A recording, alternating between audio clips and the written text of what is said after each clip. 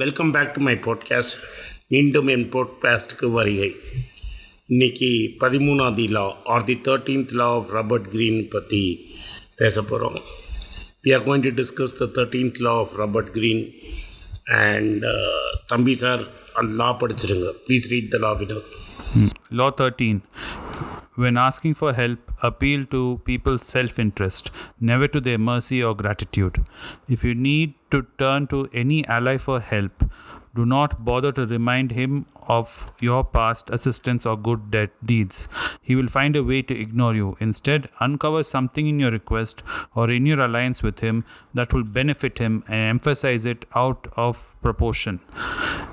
He will respond enthusiastically when he sees something to be gained for himself. The reversal என்னன்னா, some people will see an appeal for their self-interest as ugly and ignoble. They prefer to exercise charity, mercy and justice as a way of feeling superior to you.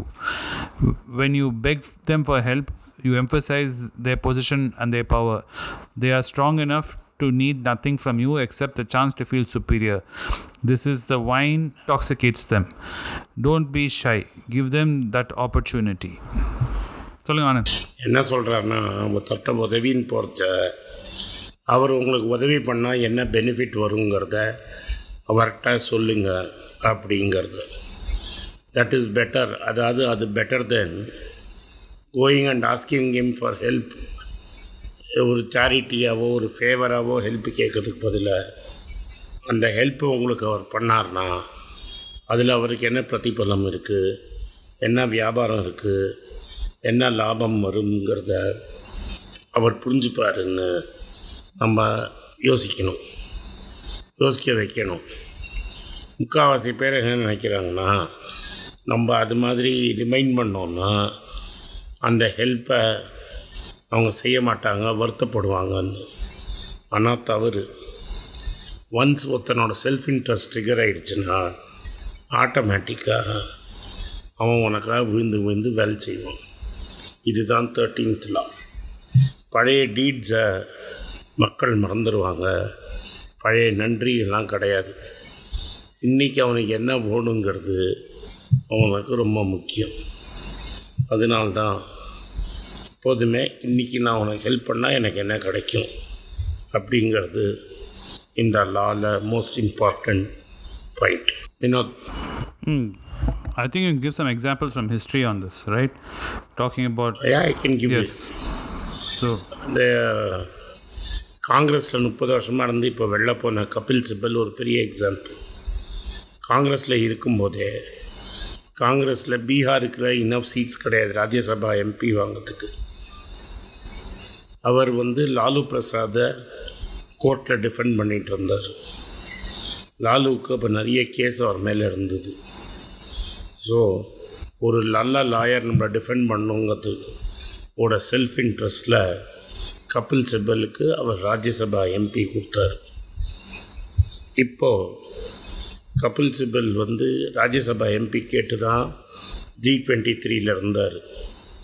இந்த ராஜ்யசபா சீட்டு கிடைக்கலன்னா resign பண்ணிவிட்டு இங்கேயும் காங்கிரஸை ரொம்ப திட்டாமல், என்ன நாளைக்கு திரும்பி வரணுன்னா ரொம்ப திட்டாமல் இண்டிபெண்ட் கேண்டிடேட்டாக எஸ்பி சப்போர்ட்டோடு ஜெயிக்கிறார்.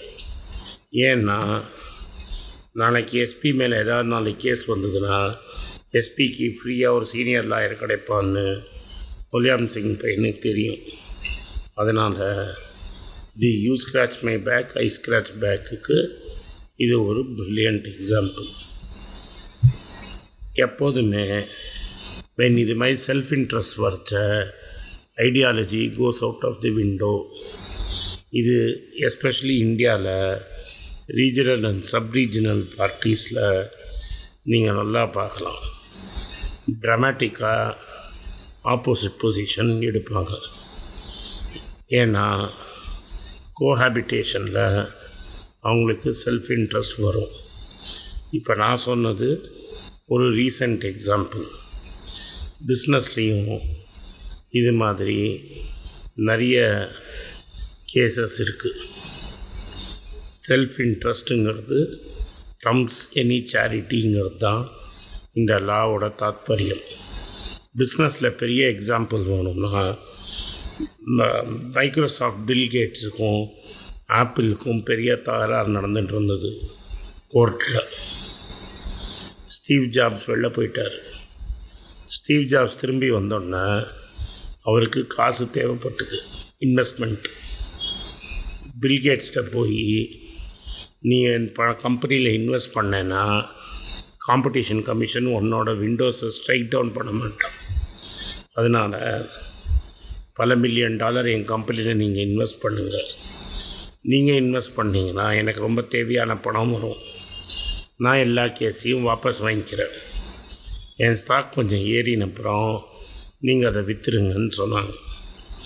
இந்த ரெக்கார்டு பப்ளிக் ரெக்கார்டு, நீங்கள் போய் பார்க்கலாம். 2 பேரும் எலியும் பூனையாக சண்டை போட்டுன்னு இருந்தவங்க கை கோத்துண்டாங்க. இன்ஃபேக்ட் ஸ்டீவ் ஜாப்ஸ் செத்து போகிறதுக்கு ஒரு 10 நாளைக்கு முன்னாடி பில்கேட்ஸ் வீட்டில் போய் நேராக அவரை பார்த்து பேசினதும் உங்களை நினைவு விட்டுறேன். இதில் எதுக்கு சொல்கிறேன்னா, 2 பேரும் பயங்கரமாக அடிச்சுப்பாங்க. ஆனால் ஒருத்தருக்கு ஒருத்தர் காமன் செல்ஃப் இன்ட்ரெஸ்ட் இருக்குன்னு ஒன்று டபால்னு மாறிடுவாங்க. ஸ்டீவ் ஜாப்ஸுக்கு தேவை பணம், பில்கேட்ஸுக்கு காம்படிஷன் கமிஷன் வெளில வரணும். எல்லா ரைவல்ரியும் மூடிட்டு குழி தோண்டி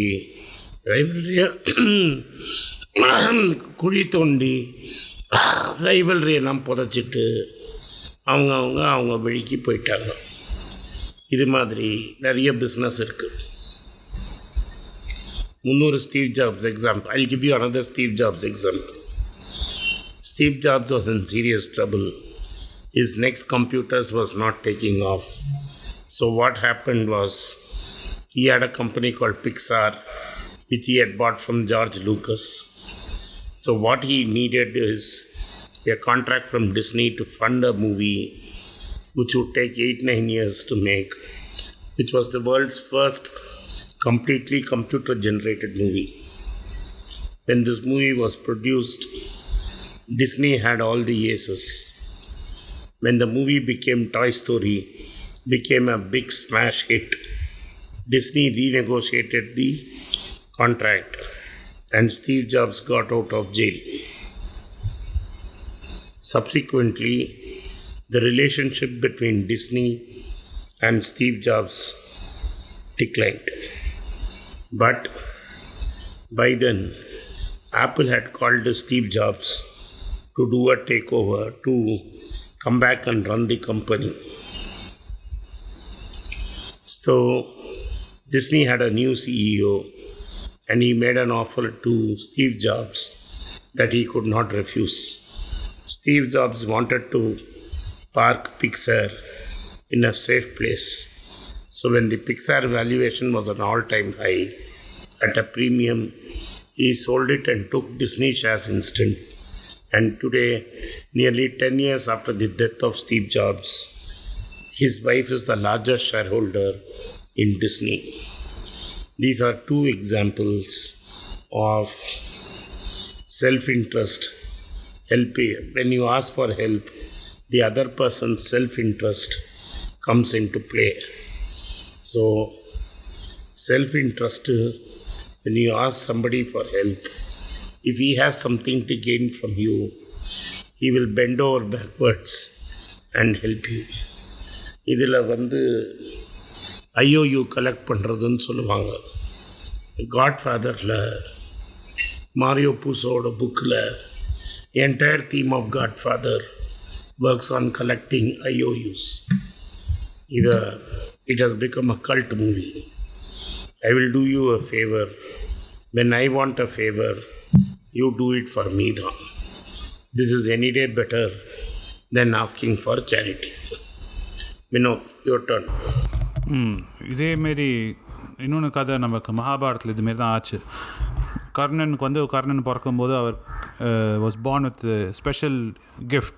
அவருக்கு he had an armor and earrings, கவச்சம், that would protect him in battle, that will make him invincible and he can never be defeated or killed in battle.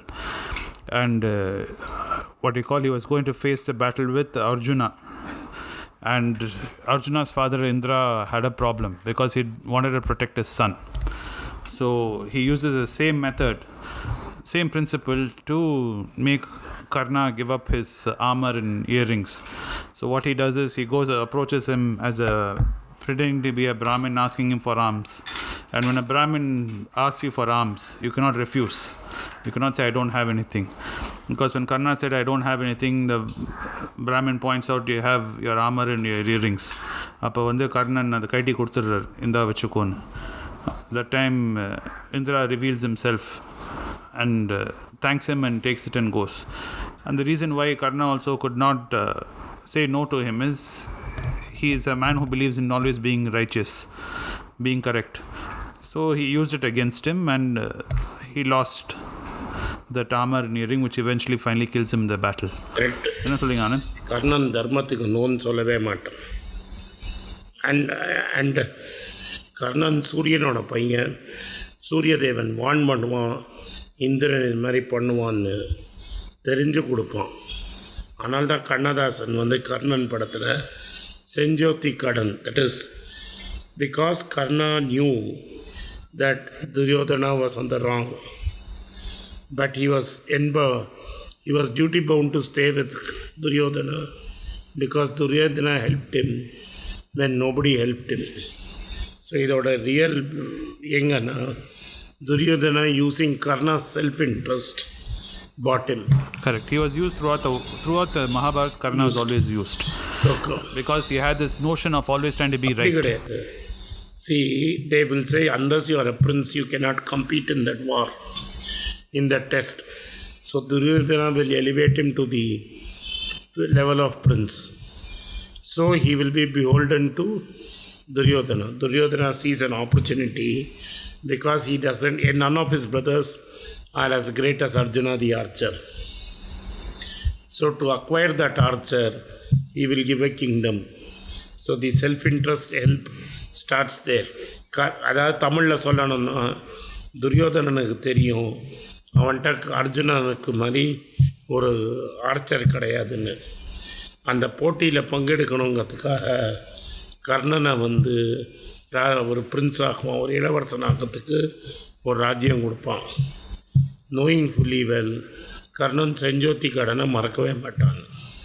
அதுதான் கர்ணனை கடைசியில் கொன்னுடும். Correct. So the point which I'm trying to make is, in that story it's an exaggeration. All of us, நம்ம வந்து என்ன நினைக்கிறோம், we put our so-called ego or something, not ego is the wrong word, we believe in principles and we sometimes will have to forego principles for the realities of life. நம்ம life வந்து கொஞ்சம் pragmatic-ஆ பார்க்கணும். Yes. You cannot hold on to your principles too closely and too dearly. Sometimes life will test you and you will have to be willing to forego your principles and reevaluate நீ என்ன வாழ்க்கையில் பண்ணுறேன்னு. ஒரே principal அப்படியே ரொம்ப பிடிச்சிருந்தேன்னா that can be your downfall. அதே மாதிரி and people can use it against you. People will definitely use it against you. All his life from Duryodhana to Krishna, everybody used Karna. Therefore, if you are smart, you will not be used. அதாவது நீங்கள் புத்திசாலியாக இருந்தீங்கன்னா உங்களை use பண்ண விடக்கூடாது.